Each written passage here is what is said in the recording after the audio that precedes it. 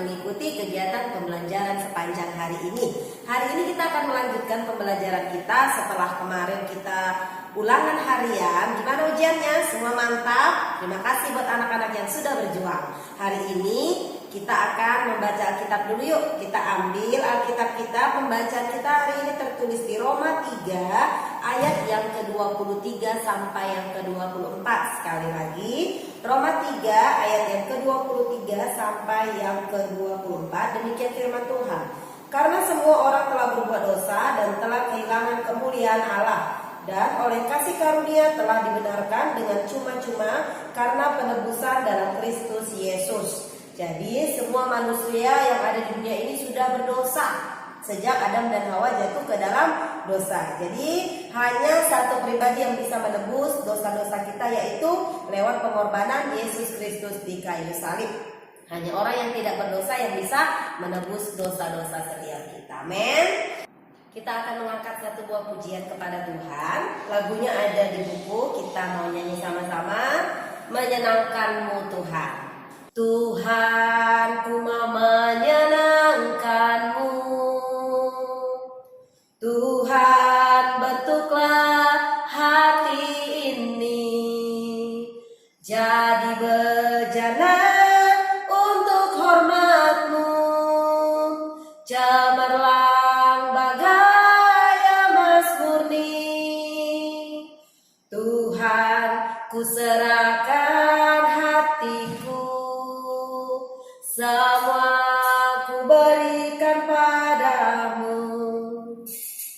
Kudus dan hingga tulus selalu, agar aku menyenangkanmu. Menyenangkanmu, senangkanmu. Hanya itu kerinduanku. Menyenangkanmu, senangkan hatimu. Hanya itu kerinduanku. Hanya itu kerinduanku. Kita berdoa. Terima kasih Tuhan, kerinduan kami adalah menyenangkan hati Tuhan. Tolong kami supaya kami selalu bisa menyenangkan hati-Mu Tuhan, lewat segala sesuatu yang kami kerjakan sepanjang hari ini. Bahkan ketika kami belajar sekalipun kami bisa menyenangkan hati Tuhan. Terima kasih Tuhan, urapi kami semua, berkati semua anak-anak yang di rumah. Kepintaran, kecerdasan turun bagi mereka. Roh Kudus, tolong mereka supaya mereka bisa memahami apa yang akan dipelajari hari ini dan bisa mempraktekannya dalam kehidupan mereka sehari-hari. Terpujilah nama-Mu Tuhan, dalam nama Yesus kami berdoa. Yang percaya diberkati, sama-sama katakan amin. Oke anak-anak, sekarang kita ambil bukunya.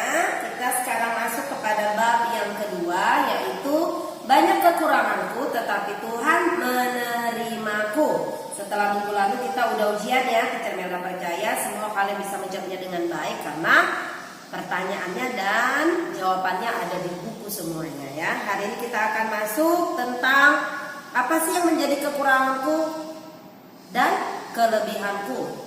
Dan Tuhan menerimaku, itu poin yang paling penting. Lewat pembelajaran ini anak-anak boleh mengetahui apa yang menjadi kekurangan kalian dan apa yang menjadi kelebihan kalian. Supaya kalian tahu, wow, ternyata lewat kekuranganku pun Tuhan tetap mengasihi aku, gitu ya. Jadi kalian akan memahaminya, lalu kalian akan mengenal apa sih akibat manusia jatuh ke dalam dosa. Cerita tentang Adam dan Hawa, hukuman apa yang diterima oleh manusia pertama ketika mereka jatuh dalam dosa. Akibatnya apa? Berkat, kutuk yang diterima apa? Larangan-larangan yang dilakukan di waktu dicerita di Taman Eden itu apa? Jadi lewat pembelajaran ini kalian bisa memahaminya dan menceritakannya kembali ya.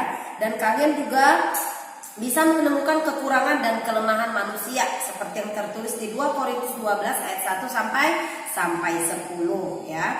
Segala sesuatu yang diciptakan Allah adalah baik, indah dan sempurna, teratur. Jadi pada hari terakhir Allah menciptakan manusia pertama yaitu Adam dan Hawa ya. Jadi diingat, Allah menempatkan manusia pertama di Taman Eden. Taman Eden adalah taman yang sangat indah. Di Taman Eden itu ada 4 sungai yang mengalir. Ini pelajaran kita waktu kelas 4. Ada mata air apa aja? Pison, Gihon, Efrat, dan Tigris. Dicatat ya, Pison, Gihon, Efrat, dan Tigris. Itulah nama 4 sungai yang ada di Taman Eden. Lalu dalam taman ini Allah memberi berkat, Allah juga memberikan perintah, dan Allah juga memberikan larangan. Apa sih perintah, berkat, dan larangan yang ada di Taman Eden waktu itu? Jadi kita akan belajar. Yang pertama adalah berkat. Berkat yang diberikan Tuhan adalah manusia diberi kebebasan untuk menikmati berkat Allah yang ada di semua atau di kawasan Taman Eden itu atau Firdaus, semuanya bisa dinikmati oleh manusia. Semua buah dalam taman ini boleh dimakan oleh manusia. Apalagi berkatnya, manusia diberi kuasa untuk menjalankan pemerintahan, yaitu kuasa atas alam ciptaan Allah. Manusia juga diberkati Tuhan dengan diberikan kuasa untuk menaklukkan semua ciptaan yang sudah Tuhan ciptakan dan dipercayakan kepada manusia. Itu berkat yang diberikan Allah kepada manusia pertama ketika di Taman Eden. Lalu apalagi ada perintah, ternyata ada berkat diiringi dengan perintah. Ada perintah Tuhan yang pertama, memenuhi dan menaklukkan bumi, diberi kuasa untuk memerintah segala ciptaan. Manusia harus menjaga dan memelihara, merawat, melestarikan, dan mengusahakan taman itu. Karena Taman Eden sudah dipercayakan, diberikan kepada manusia. Tugas manusia adalah, perintah yang diberikan kepada manusia adalah menjaga, mengawasi, merawat, melestarikan Taman Eden dengan baik. Lalu yang kedua, apalagi perintahnya Tuhan kepada manusia? Memberi nama kepada semua ciptaan Allah. Jadi memberikan nama kepada semua ciptaan Allah juga itu perintahnya Tuhan. Jadi manusia disuruh untuk memberi nama waktu itu ya di Taman Eden. Yang ketiga, ada perintah apa lagi? Beranak cucu dan bertambah banyak, memenuhi dan menaklukkan bumi. Perintah yang ketiga yang diberikan Allah kepada manusia pertama adalah beranak cucu dan bertambah banyaklah. Lewat keturunan itulah makanya lahirlah Teacher Melda dan anak-anak semua. Kita adalah keturunan Adam dan Hawa. Itu perintahnya. Lalu di Taman Eden juga Tuhan membuat larangan. Semua pohon dalam taman ini boleh dimakan dengan bebas, kecuali pohon pengetahuan tentang yang baik dan yang jahat. Kenapa? Pada hari manusia memakannya, maka pasti akan mati. Jadi itu adalah larangan yang diberikan waktu di Taman Eden oleh Tuhan. Dalam kitab Kejadian 3 jelas bahwa manusia tidak menaati firman Allah. Dalam 1 Timotius 2:14 dikatakan bahwa Hawa tergoda oleh bujukan iblis yang jelek itu. Jadi ceritanya iblis menggoda manusia pertama, yaitu Adam dan Hawa. Pertama iblis menggoda si Hawa. Udah makan aja buahnya, gak apa-apa kok. Nanti kalau kamu makan, kamu akan sama seperti Allah. Tergodalah si wanita cantik ini. Diambillah, kelihatannya menarik, warnanya juga keren. Kayaknya enak dah, gak apa-apa lah aku makan. Akhirnya Hawa makan. Waktu Hawa makan, tiba-tiba dia ingat suaminya, dia ingat si Adam. Saking baiknya, dia berbagi, dia sharing. Dia panggil si Adam, dia kasih buah itu. Dan ketika mereka memakannya, mereka tiba-tiba telanjang, mereka malu. Kenapa? Jadi malu itu adalah dosa. Jadi gak boleh malu-malu. Itulah dosa yang terjadi di awal di Taman Eden. Mereka malu karena mereka telanjang. Kenapa? Karena mereka telah berdosa. Ya, jadi itu asal mulanya. Mereka menyalahgunakan kebebasan diberikan Tuhan. Padahal Tuhan sudah menyediakan berkat. Tuhan memberikan perintah dan Tuhan juga memberikan larangan. Kan larangannya cuma itu. Semua buah pohon di taman boleh kamu makan, kecuali cuma satu pohon itu yang tidak boleh dimakan. Tapi mereka tergoda oleh bujuk rayu si ular tua yang jelek itu. Ya, kita mengingat sejenak pembelajaran 1 bahwa manusia diciptakan sesuai serupa segambar dengan Allah. Setelah berdosa, manusia tidak lagi mencerminkan gambar Allah. Hubungan manusia dengan Allah menjadi rusak, retak ya. Hubungan manusia dengan Allah rusak. Akibat dosa adalah ada akibat yang dialami oleh manusia. manusia ketika mereka jatuh ke dalam dosa. Yang pertama adalah apa? Adam dan Hawa menerima hukuman. Jadi ada hukumannya. Mereka diusir dari Taman Eden, itu yang pertama hukumannya. Serta merasa takut dan malu bertemu dengan Allah. Jadi ketika mereka berdosa, mereka takut dan malu berjumpa dengan Allah. Hukuman yang diberikan kepada Adam adalah Adam harus bekerja keras untuk mengolah tanah, sedangkan Hawa akan sangat menderita kesakitan saat melahirkan. Makanya ibu-ibu itu sakit melahirkan, kan? Dan hukuman yang diberikan kepada ular adalah ular akan menjalar dengan perutnya seumur hidupnya. Manusia akan meremukkan dengan tumit kakinya ular-ular itu keturunan ular beludak itu. Firman Tuhan dalam Roma 3 ayat 23 disebutkan, karena semua orang telah berbuat dosa dan telah kehilangan kemuliaan Allah. Jadi setiap bayi yang baru lahir sudah memiliki dosa keturunannya, yaitu dosa warisan. Hal ini dikatakan dalam kitab Mazmur 51 ayat 7. Sesungguhnya dalam kesalahan aku diperanakkan, dalam dosa aku dikandung ibuku. Jadi bayi begitu dia sudah mengandung dosa warisan dari nenek moyang, dari orang tua. Jadi otomatis dosa akan hidup dan tumbuh dalam diri setiap manusia yang dilahirkan.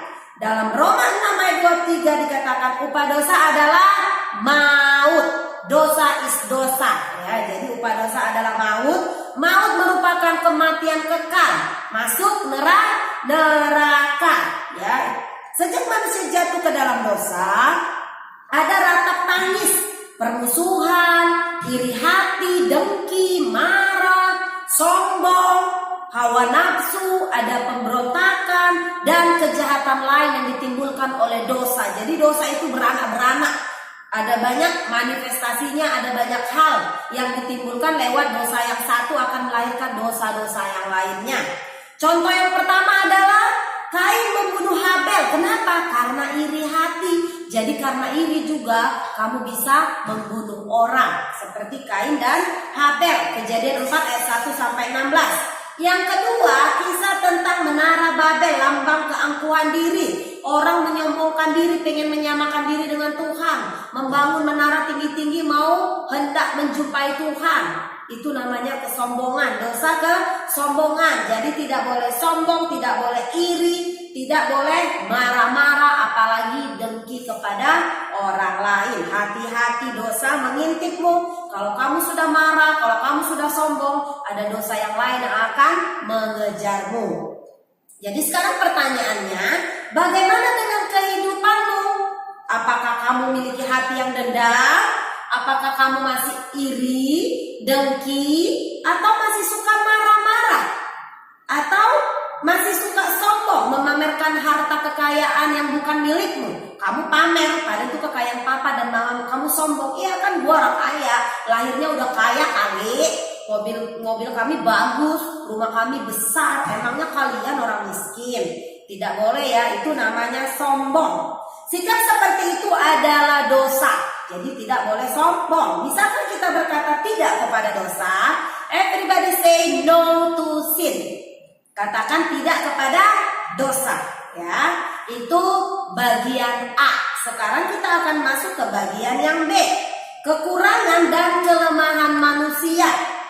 Kembali kita akan melihat cara Allah menciptakan manusia, ya. Manusia diciptakan, Adam diciptakan dari debu, Hawa diciptakan dari tulang rusuknya si Adam, ya. Hawa diciptakan dari tulang rusuknya Adam.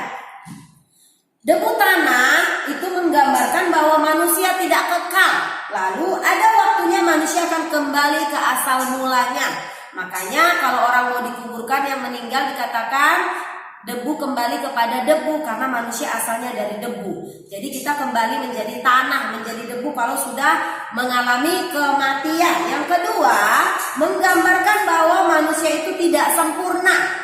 Jadi debu tanah itu menggambarkan manusia tidak sempurna, penuh kekurangan dan kelemahan. Jadi tidak boleh sombong. Apa sih yang mau disombongkan? Kita ini kan debu yang akan kembali kepada debu, ya. Kekurangan atau kelemahan adalah keterbatasan yang dimiliki manusia.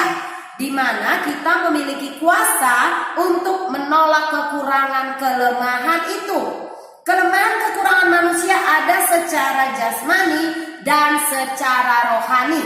Berikut kita akan bahas bersama-sama. Yang pertama, secara jasmani adalah kekurangan yang tampak atau keterbatasan secara fisik atau tubuh. Contohnya cacat fisik atau penyakit. Kekurangan ini dapat dihilangkan dengan memenuhi kebutuhan orang tersebut secara materi, apalagi secara makanan, secara minuman, pakaian, rumah dan sebagainya. Ya, bisa dipenuhi. Kalau secara rohani itu namanya kebutuhan jiwa, yaitu keterbatasan secara emosional. Jiwa yang membutuhkan iman kepada Allah, yang memiliki sikap hidup sesuai kehendaknya Allah. Jadi, kekurangan, kelemahan secara rohani sangat mempengaruhi sikap dan perbuatan manusia. Jadi harus hati-hati ya. Hati-hati dengan kebutuhan jasmani dan kebutuhan rohani. Contohnya yang rohani, trauma, sakit hati, apalagi luka batin, kepahitan, sombong, iri, dengki, marah, putus asa, serakah, suka berbohong, keinginan dan hawa nafsu, ya. Jadi kekurangan dapat membuat manusia jatuh ke dalam dosa. Namun ada kalanya Tuhan mengizinkan kelemahan, kekurangan, keterbatasan itu terjadi dalam hidup kita agar kita belajar rendah hati, ya, rendah hati ya, merasakan kasih Allah dan merasakan kuasa Allah atas hidup kita, ya. Jadi pelajaran hari ini mengingatkan kita untuk selalu bersyukur kepada Tuhan. Kita harus sadar bahwa kita adalah manusia biasa. Tanpa Tuhan kita tidak ada apa-apanya. Kita harus bersyukur kepada Tuhan karena lewat kematiannya di kayu salib dosa kita diampuni. Harusnya kita tadi mengalami kematian kekal, jadi tidak jadi. Karena kita beroleh kasih karunia dari Tuhan. Kita harus jaga keselamatan yang Tuhan sudah beri. Lewat apa? Lewat perbuatan kita, lewat hidup kita, jadilah anak-anak berkat, ya. Demikian pembelajaran kita hari ini. Kita akan lanjutkan minggu depan, yaitu tentang tokoh Alkitab Musa diutus Tuhan dan tentang Rasul Paulus. Untuk tugasnya, nanti anak-anak kerjakan halaman 30 dan 31. Yang 30 itu di situ ada praktek menilai diri. Nanti kamu buat ya. Nanti tanya teacher. Lalu poin yang 2, yang satunya tidak usah. Poin 2 aja dikerjakan. Dosa yang terjadi kepada Adam, hukuman yang diterima Adam, Hawa dan ulang. Itu aja tugasnya. Terima kasih. Tuhan Yesus memberkati. Kita berdoa.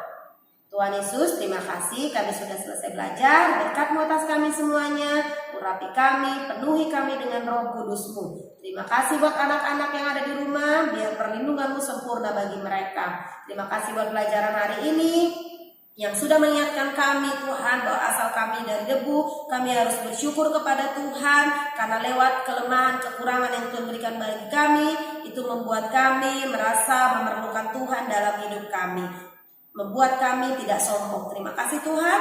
Dalam nama Yesus kami berdoa, yang percaya diberkati, sama-sama katakan amin.